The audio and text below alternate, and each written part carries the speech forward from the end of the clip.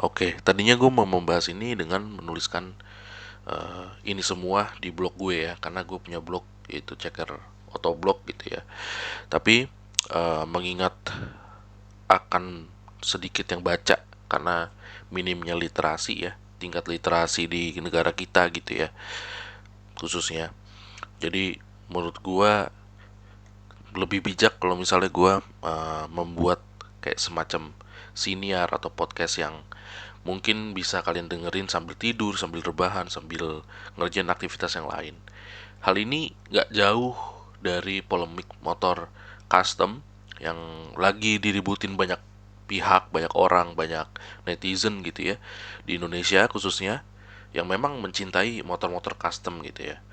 Nah, jadi sebenarnya sebelumnya gitu ya, gue perkenalan diri dulu. Mungkin ada yang belum terlalu tahu gitu ya gue itu siapa segala macam. Tapi mungkin buat pengikut lama udah pasti paham gitu gue siapa dan kapabilitas gue apa untuk bisa ngomong seperti ini gitu ya. Pertama, gue pastikan gue bukan orang baru atau orang awam di dalam hal ini, karena ini adalah bagian dari perjalanan hidup gue juga nih, motor custom gitu ya. Karena eh, motor custom ini juga dengan bengkelnya, dengan olinya segala macam, dengan susah payahnya saat itu juga yang membentuk gue sampai saat ini gitu, bisa menjadi founder dari salah satu perusahaan yang memang bergerak juga di bidang otomotif dan menjual aksesoris dan juga parts untuk motor gitu ya khususnya. Nah, jadi pada tahun 2014 hingga tahun 2016 itu gua aktif ya, gue sangat aktif dalam membuat motor custom di bengkel kecil gua di daerah Jakarta Barat yang bernama AMMA Custom Garage. Nah, jadi itu juga motor customnya itu juga aktif ya, dalam artian gua custom itu sesuai request yang pastinya ada customernya gitu, bukan gua nggak ada customer gua bikin bikin doang gitu, nggak. Dan bahkan gua udah sampai di tahap dimana gua membuat motor ready stock gitu. Nah, ini kan kita menarik nih, kita akan bahas karena jadi gini, podcast ini tuh didasari dengan adanya polemik mengenai motor custom yang cukup, ya, yang tadi gue bilang cukup menjadi perhatian publik ya. Nah, diawali ini dengan seorang builder yang gue yakini dia sebagai seorang builder yang bernama G-Boys ya.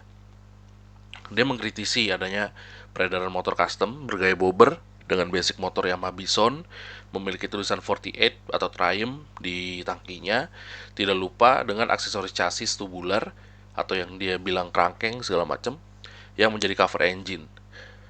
Nah, ini gue harus jelasin karena di Instagram gue sebenarnya gue udah make a clear statement about gue nggak setuju. Jadi ini di awal gue udah bilang gue gak setuju, dan ini isi podcast ini adalah alasannya. Gue gak setuju dengan apa yang beliau sampaikan gitu ya. Pertama, kita harus sama-sama tahu posisi daripada eh, motor custom ini sendiri.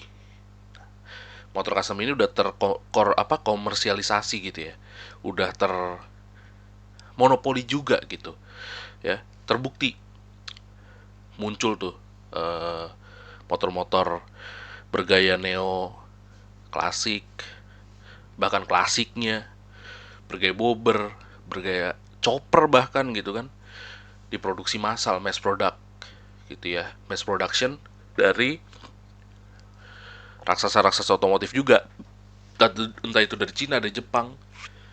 Yang jelas raksasa, contohnya nih misalnya Benelli gitu ya, atau Benelli itu sebenarnya Kiwe gitu ya. Kiwe dia ngeluarin yang semacaman kayak cafe racer kayak gitu-gitu kan.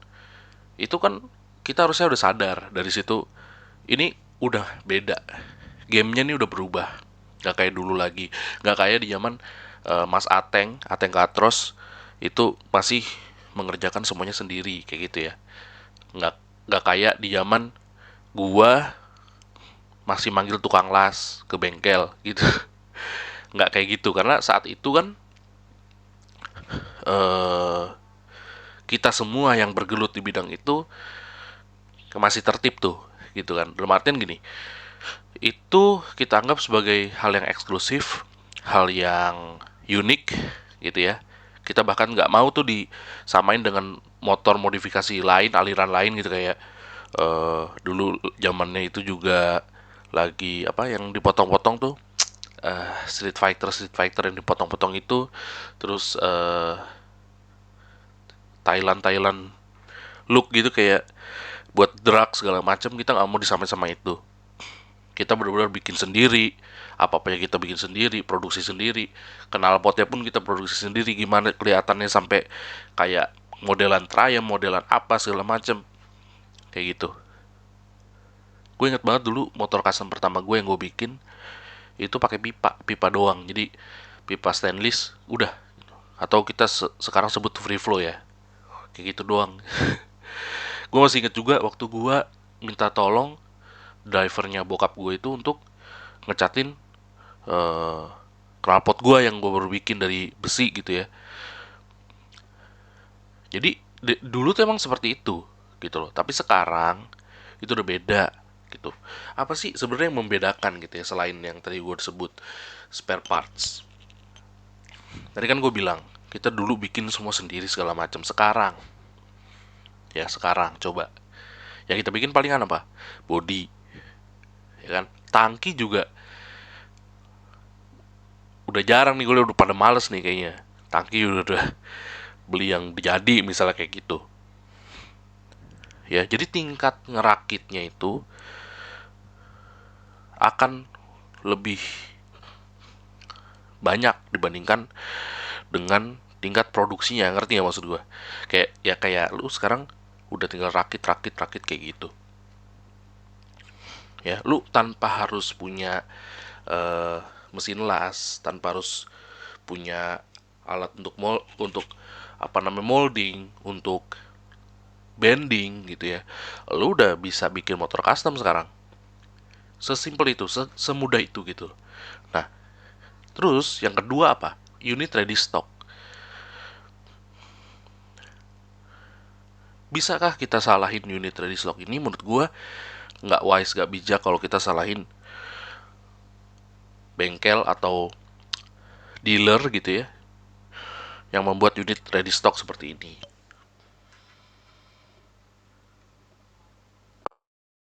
Orang yang punya usaha itu berhak banget ya, dia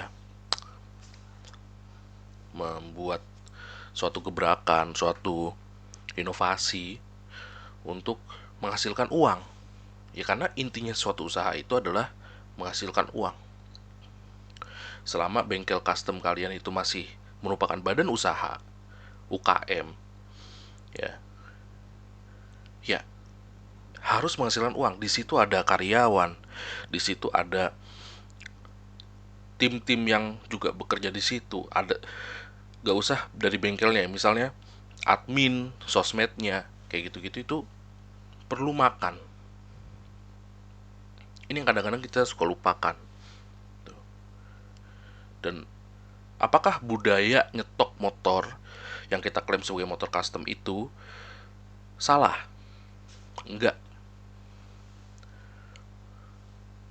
Mas Ateng sendiri ngomong ada di Jepang yang dia suka nyetok motor dengan model yang sama, dengan jenis dan model yang sama. Kemungkinan basicnya juga sama. Cuma mungkin dibedakan dari warna segala macem, dari detail-detail kecil. Cuman intinya sama. Misalnya dia nyetok tracker ya tracker semua, nyetok bobber ya bobber semua. Jadi menurut gua ridiculous aja gitu kalau misalnya lu masalahin itu. Motor custom tuh sebenarnya nggak harus seragam, misalnya kayak gitu kan. Itu ridiculous, apa menurut gue kayak nonsense gitu loh. Nonsense kayak eh lu nggak bisa gitu. Gini gini, contoh sederhana, kalau kalian nontonin Chris Panji sebagai panutan anak-anak chopper nih ya kan, akhirnya kan banyak yang bikin dan terinspirasi ya, inspired by Chris Panji gitu ya, membuat Miyabinya mereka sendiri. Miyabi di sini motornya Bang Chris Panji. otomatis bisa jadi kan itu mirip-mirip tuh, bisa jadi itu dikategorikan seragam, sama. Gue lihat tuh videonya, wah itu pada mirip-mirip banget ya, sampai Bang Kris Panji sendiri kesulitan, ini yang tadi bukan sih, misalnya kayak gitu. Itu salah satu contoh, itu tanpa harus kita eh, inisiasikan, tanpa harus kita apa namanya, ini kan apa, buat setting begitu ya, kita stok sendiri begitu, bisa jadi motor custom itu ditiru oleh orang lain dan menjadi seragam. Jadi nonsens. Jadi ya sah-sah aja misalnya bengkel itu membuat motor custom, dan dia nyetok motor yang seperti itu, gak masalah ya. Oke deh, gue nggak ngurusin itu segala macam, yang gue urusin adalah ini tuh udah keterlaluan, ini tuh udah keluar jalur nih, bobber nih mesti gini gini gini gini, mesinnya terlalu kecil, udah gitu diakalinnya pakai tubular chassis atau orang-orang sebutnya kerangkeng, kerangkeng besi gitu ya.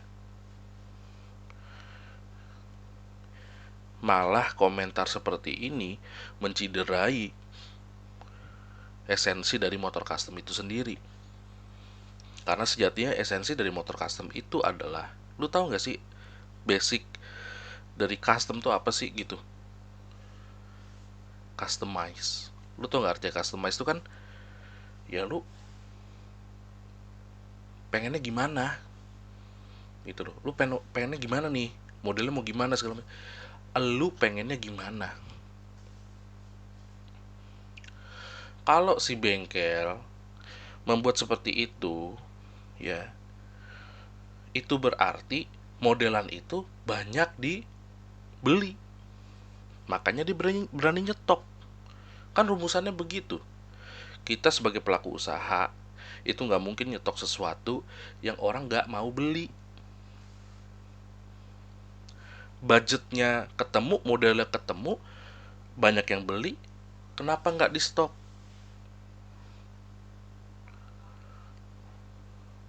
Itu kan dicerita juga tuh si Mas uh, G-Boys ya, cerita temennya ada yang punya motor begitu, ternyata besinya dilas kerangka gitu kan, terus apa namanya, jadi ganti busi aja nggak bisa, gini-gini ganti oli nggak bisa. Itu boleh dipermasalahkan itu kan sebenarnya gampang ya, tinggal kita ke bengkel, mas ini gimana ya, gue mau ganti oli susah, dia bertanggung jawab. Kecuali dia nggak bertanggung jawab, baru diviralin, it's okay gitu ya. Tapi sekali lagi, namanya motor custom, kita udah mengenyampingkan, bukan mengenyampingkan dalam artian blast nggak ada ini ya, nggak kita pentingin juga, tapi kita menyingkirin sedikit lah gitu kepentingan kita atas fungsi, atas apa namanya, mobilitas ya, inian mobilitasnya, ketangguhannya kayak gitu, kita kesampingin dikit lah. Kita jangan jadi orang banyak mau. Kalau kita banyak mau, itu mainnya di ranah pabrikan aja gitu. Kan yang gue bilang tadi, Benelli udah nyediain, Honda Honda belum ya kalau Honda ya. Yamaha udah nyediain gitu kan, si apa namanya, Kiwe gitu udah nyediain. Udah lu beli gituan aja kalau lu banyak mau gitu. Gak usah lu ke bengkel motor custom gitu. Bang, gua kan kayak gini ya contohnya ya. Bang, gua mau bikin chopper nih, tapi pengen nyaman. Senyaman apa tuh? Senyaman gua bawa apa ya? Mungkin yang masih bisa, mungkin ini gua usahain yang masih agak sedikit mungkin nih. Senyaman bawa motor Tiger, Tiger stok gitu, Tiger apa namanya? Biasa gitu, Tiger normal, standar. Mungkin nggak, ada kemungkinan sedikit, tapi untuk mencapai itu, lu harus mengorbankan beberapa estetika ya kan, tuh nilai-nilai estetikanya. Sekali lagi itu motor custom bebas gitu. Tapi rata-rata ya motor custom tuh menyampingkan fungsi, menyampingkan kenyamanan, ada juga menyampingkan durability. Kita bicara durability ya, udah pasti paling durable itu adalah motor pabrik. Yang spesial dari custom itu kan adalah handmade ya. Handmade, pabrik kan gak handmade sekarang. Pabrik kan nih bikin apa namanya, rangka di pabrikan, aduh gue lupa namanya, cuman ada pabrikannya khusus tuh bikin rangka gitu ya. Stamping bikin rangka, pabrikan stamping, bikin body langsung cetak, nggak handmade gitu loh. Motor custom tuh handmade. Aman nggak naik motor custom? Ya kalau lu bilang aman, aman dari durabilitas saya udah menurun, gimana keamanan? Pasti ikutan menurun. Keamanan itu berinian langsung dengan durability daripada kendaraan, pasti menurun. Apalagi kita bicara motor, bukan mobil.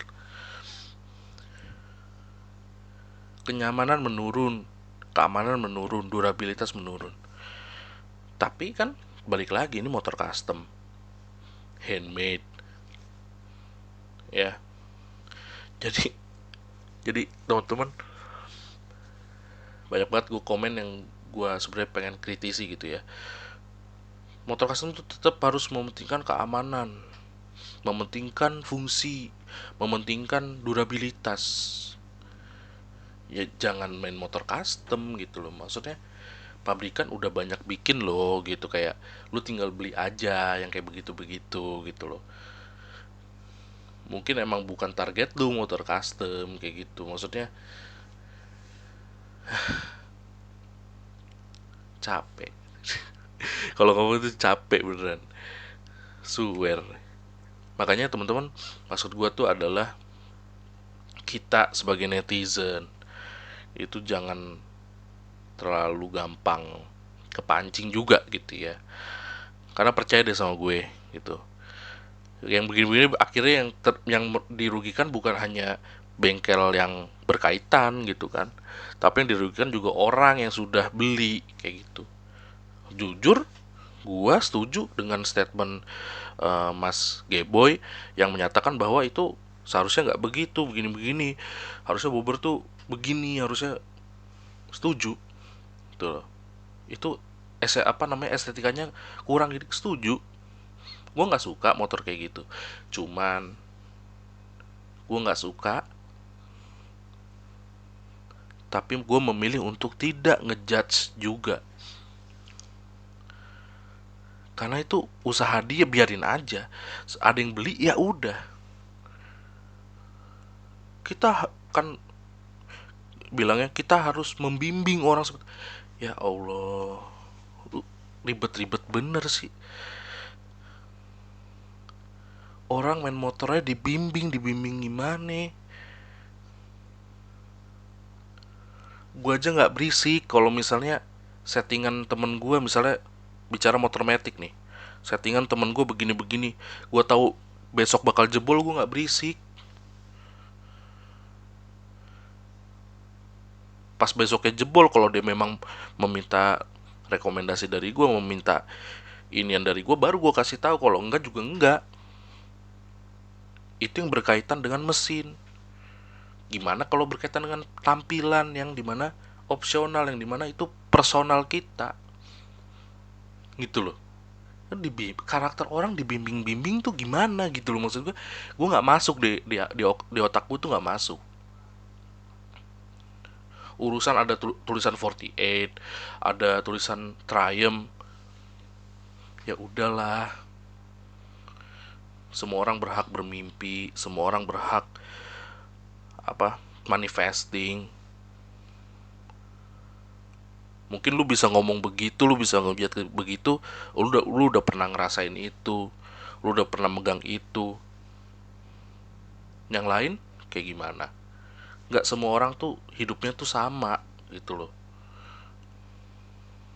Jadi menurut gue ini malah ngerusak esensi motor custom itu sendiri sih. Motor custom itu kan dulu spesialnya adalah kita bisa menciptakan impian kita dengan budget yang kita sesuaikan dengan kantong kita, dengan kemampuan fisik dan batin kita juga. Itu yang membedakan motor custom, itu yang membuat motor custom spesial. Ini motor gue banget. Mau ada itu kembarannya di jalan ya sudah. Itu adalah pilihan dia. Kita nggak berhak untuk lu jangan begini. Nggak sama sekali nggak berhak. Ya, selama motornya masih rodanya bulat-bulat dua gitu ya, nggak ada hak kita. Kecuali motornya tiba-tiba jadi mobil terus dia ngeklaim tuh motor custom. Enggak, itu bukan motor custom, itu go-kart gitu ya. Malah yang harus dikritisi adalah sebenarnya gimana itu urusannya, yang dari skuter tiba-tiba jadi jump style, yang dari skuter jadi bobber. Itu gimana urusannya sebenarnya? Ya, itu se ekstrim itu layak jalan nggak? Itu se ekstrim itu beneran esensinya dapet gak? Misalnya kayak gitu tuh harusnya diurus juga. Kalau lu emang pengen ngurusin semua ya, pengen ngurusin skena ini gitu loh, lu pengen megang banget nih gitu, kan kata lu kan bobber nih mesti gini gini gini, ya udah coba lu urus juga tuh temen lu yang bikin bobber dari motor metik. Itu kan udah pasti mesinnya bukan di kerangkeng lagi tuh, tapi di blok gitu, ditutup gitu. Kalau lu emang pengen begitu gitu loh konsep hidup lu gitu kan, ngurusin itu, begitu aja gitu. Dan pilih kasih lah, kesian gitu. Sekali lagi gue di sini, gue nggak pro juga terhadap orang-orang pengguna itu, cuman gue nggak mau ngejudge. Dan kalau ada teman gue yang menggunakan itu pun, gue masih akan mau riding sama dia, gue masih akan mau nemenin dia. Dan bukan hak gue untuk membina dia, membimbing dia ke jalan yang menurut gue benar. Karena sekali lagi itu menurut gue. Kalau untuk urusan itu menurut gue, kalau gue pribadi, gue akan lebih memilih membangun motor sendiri sesuai preferensi gue, sesuai dengan apa yang gue impikan. That's all. Selesai. Dan yes, bobber yang proper tidak seperti itu, iya. Tapi terus gue ngelarang-larang orang beli itu, gue ngelarang-larang orang pakai itu, gue ngelarang-larang bengkel bikin begitu, enggak. Sorry, enggak. Up to them lah gitu. Terserah mereka mau ngapain. Itu cuman preferensi gue pribadi yang belum tentu dianggap benar oleh sebagian orang atau sebagian banyak orang. Jadi gitu aja. Intinya udahlah, stop ngurusin kita tuh sekarang. Yang online begini tuh, netizen begini terlalu sering ngurusin hidup orang, terlalu segitunya gitu ya, yang dimana sebenarnya sebelum itu juga fan aja sih, jadi kenapa-napa karena hal beginian. Sekarang sedih cuy kalau misalnya dilihat, misalnya lagi San Mori gitu, wih itu bison kerangkeng, sedih, nggak adil gitu loh, sedih banget ya. Jadi stop it teman-teman, please ya. Ini udah nonsense banget buat gua. Intinya kita harus lebih menerima diversity ini, dikarenakan hal ini sudah menjadi komersil. Selesai.